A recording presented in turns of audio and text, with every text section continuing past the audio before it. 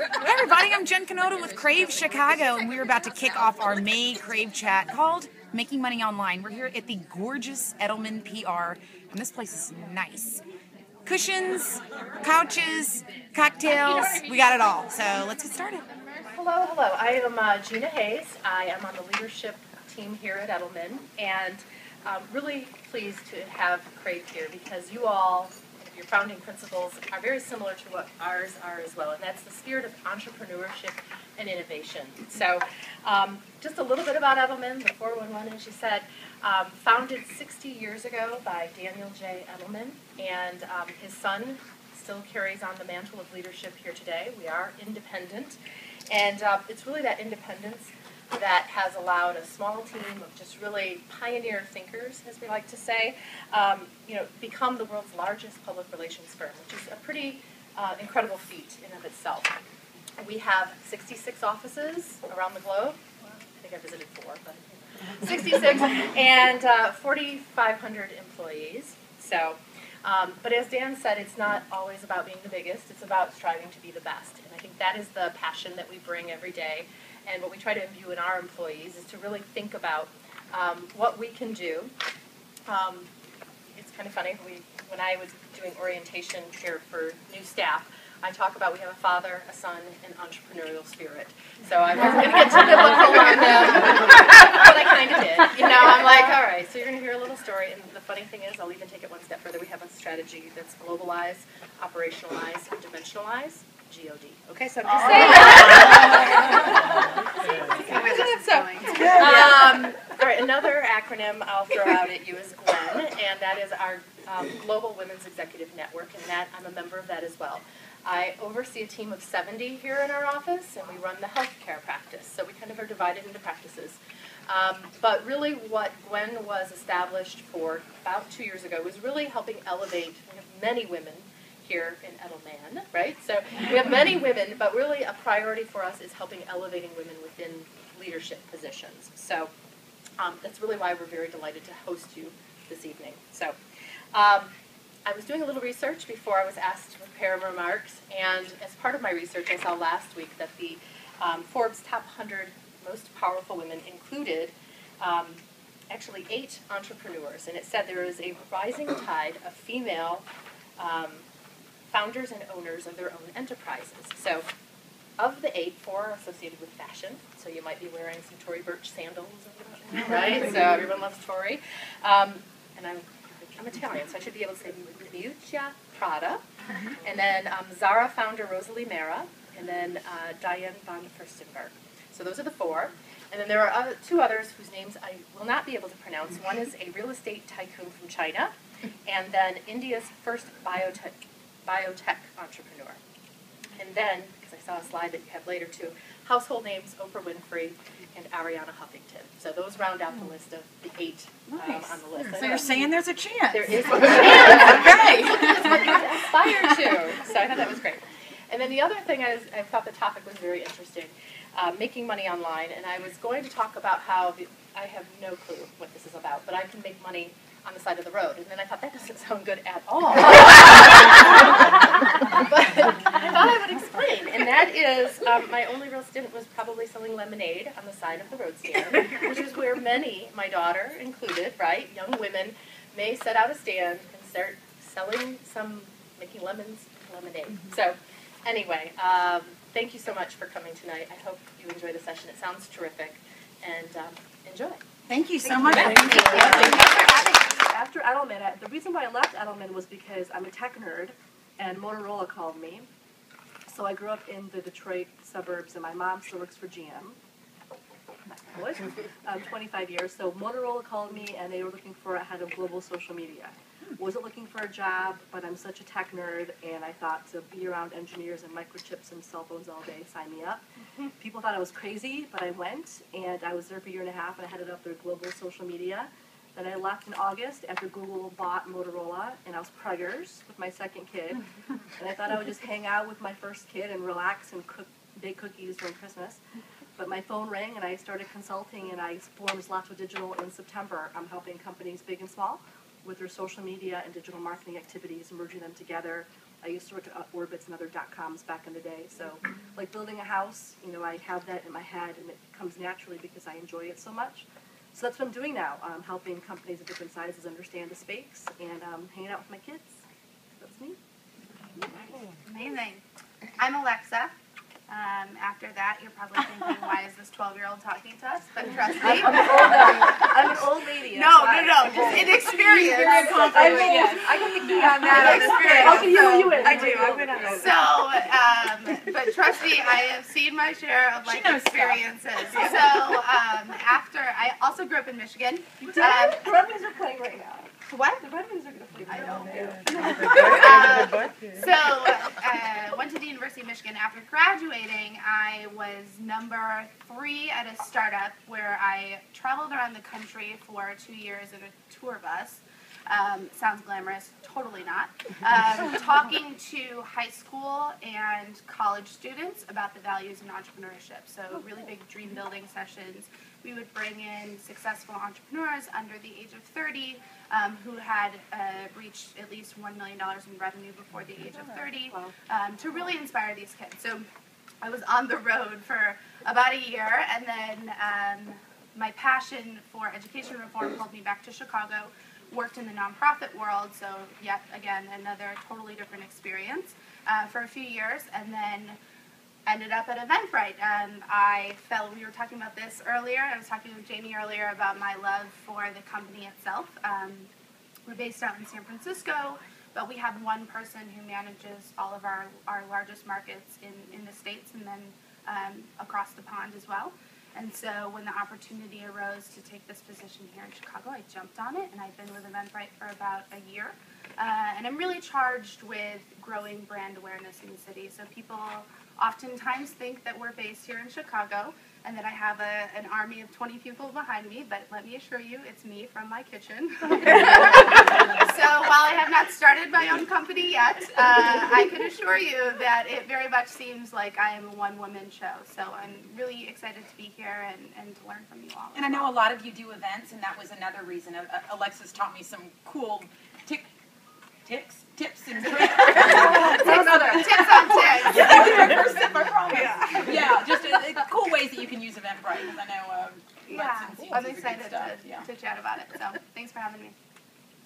Hey, I'm Theresa Carter, and I'm the founder and publisher of The Local Tourist, and I like to tell people that my job is telling people where to go. As the site is all about finding the best places and things to do, and I started it in 2002 as a hobby. I moved to Chicago. Background, got my degree in journalism. I was an office manager at a very, very small family-owned company, so I felt like I kind of got a little bit of the inside scoop on how to run a business. And but then I moved up to Chicago, didn't know what I was going to do with my degree, but I knew I didn't really want to work for a paper, and I didn't want to work for anybody else. I wanted to write for myself. Fell in love with the city, came up with this idea for The Local Tourist because I wanted something that was neighborhood-based, where I could find places to go and things to do, and that was easy to use. And it just kept growing and growing and growing, and then realized, hey, wait a minute, I can do this when I grow up. And since 2008, it's been my full-time job, and I now have a team of about 20 contributors, and I cover all the different things that are going on around the city, and I'm getting ready to expand to other markets. It'll be Milwaukee later this year, and then San Francisco beginning of next year. So, yeah. That's amazing. And I've recently become the Chicago expert for Answers.com. So I tell people where to go, and I have all the answers. Yes, we should. So Theresa and I have been friends for a while, but one thing to know from a fun fact perspective before social media got really big, Theresa and I were part of a larger group of women here in Chicago that actually live streamed a sleepover, 24 hours. So did. And I called MC Hammer to call me back. He did? MC Hammer called 3 in the morning. He did. Yeah. I have it on tape.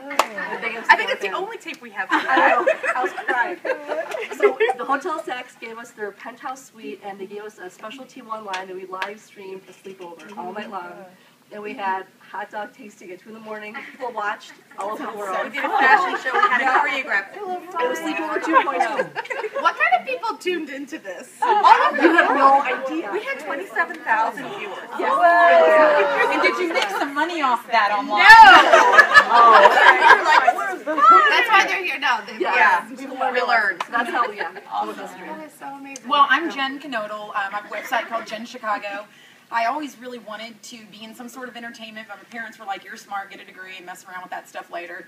I got a degree, then 10 years after that I found myself at IBM with some golden handcuffs and them not really appreciating my creative side. And everything happened at the same time. I was reading Think and Grow Rich. I had my midlife crisis early. I was like, I'm going to be a travel show host. Didn't know how to do it. I like that quote from Martin Luther King that says you don't have to see the whole staircase, just the first few steps, but nothing's ever felt so right. So I moved to Chicago. IBM was going through reorg at the same time. I was like, it's a sign. So I moved to Chicago, ran around with my camera, literally asking strangers, will you hold this camera? I mean, when you are passionate about something. But then I ran out of money. I really thought Oprah was going to find me before I really did. I was like, she's going to find me. I don't even have to find her. She's going to find me. And so then really by default, just trying to be an entrepreneur, because I realized everyone was like, oh, you should do weather, you should do this. I'm like, I have my own thing I want to talk about. So it has been an incredible journey of doing freelance, of crying when people don't pay you when they say they're going to, and trying to do this, trying to make some money while I'm sleeping, trying to scale and all that. So very apropos, and so She's also a human firecracker, if you can't tell. If you ever just need some energy to feed off of, just stand around Jen. Pretty much. Yeah.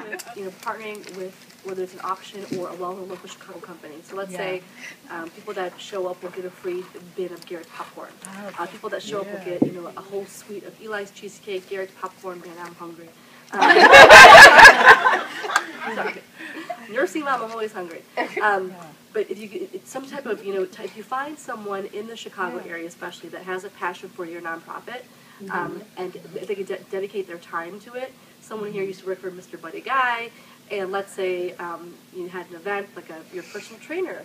Maybe if Mr. Guy still is friends with you, you could have Buddy Guy show up at your personal training session, see how it goes. Yeah. So you find someone that has a passion for the same thing you're doing. So I know that it's actually not a happy topic, but Juliana Rancic had suffered with what she went through with cancer and had a double mastectomy.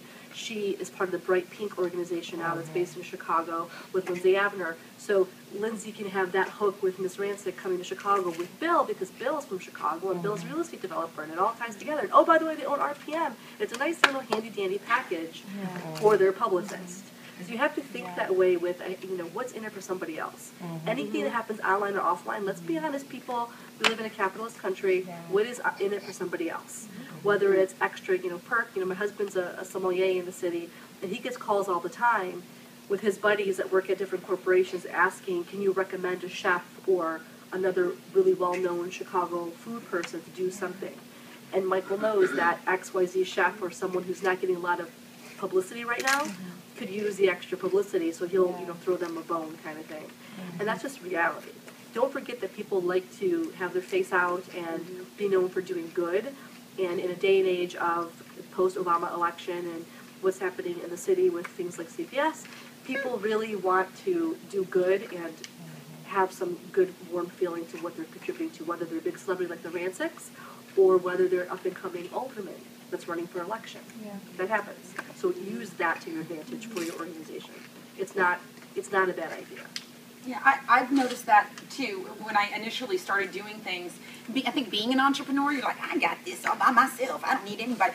But you start involving other people, and then guess what? Everything's like exponential. It's like, oh man, why didn't I think of that sooner? You just have to ask for help sometimes. Yeah. I think one of the biggest mistakes too that I see when people are trying to market, so if they're using events as an alternative source of revenue and they're trying to market their events and they're starting up and they want to get just butts and seats, they just want to get people there. This is smart, I'm not saying this isn't smart, but they'll identify influencers to help them with marketing online. That's great, but what does that really do if that influencer hasn't experienced firsthand your event or your company? What she said.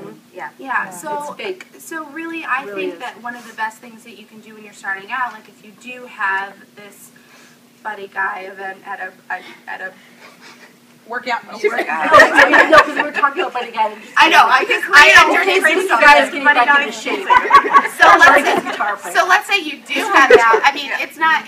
if he's the one doing the social media outreach, which I don't think that he would be. Would be hilarious. Right, I kind of would want to go just to see. That's But if he was the one doing that, I mean, it's so much more meaningful if he's been to your space, or if he's visited your site, or if you've sat down and you've had coffee with him, and you know, you've really exemplified and demonstrated your passion for it. So that's one of the biggest mistakes I see. I see, you know, you're on Twitter all day long, and people are like, go to this event's going to be amazing. Well, really, they asked you to say that. I know that. And that's when I first started doing the chef's table events, and I do these every month or so, but we go to different restaurants. And in the beginning, I invited food bloggers, and it's only 25 people that come, but a lot of the spaces were open to people who would write about it. And because, one, I knew I wasn't going to sell out right off the bat, so I invited people who would be interested in that scene. But no, it's called Ringer, right? Or no? Oh no, I Ringer, like having someone. Oh, the Ringer. Okay, they liked it. Yeah, thanks. Yeah, but then if they liked it, then they would spread the word. So I didn't make a lot of money on events in the beginning because I was building up the awareness and building up my list. But then when I've got people from all these different respected publications coming and they're saying, "This is really cool. You should go to this," then it helps build it. That's another tip I would have is if you're going to start doing events, make it a series. Make it something that you do monthly or bi-monthly or every 6 months, but make it a series so that way people know what to expect. And then it's easy for you. I mean, right now, these chef's table events, I could do it in my sleep. I don't want to because the food's really good. But I could do it in my sleep because I've done it so many times and I know exactly what I need to do. I've got all the steps lined out. And she's brilliant. Well,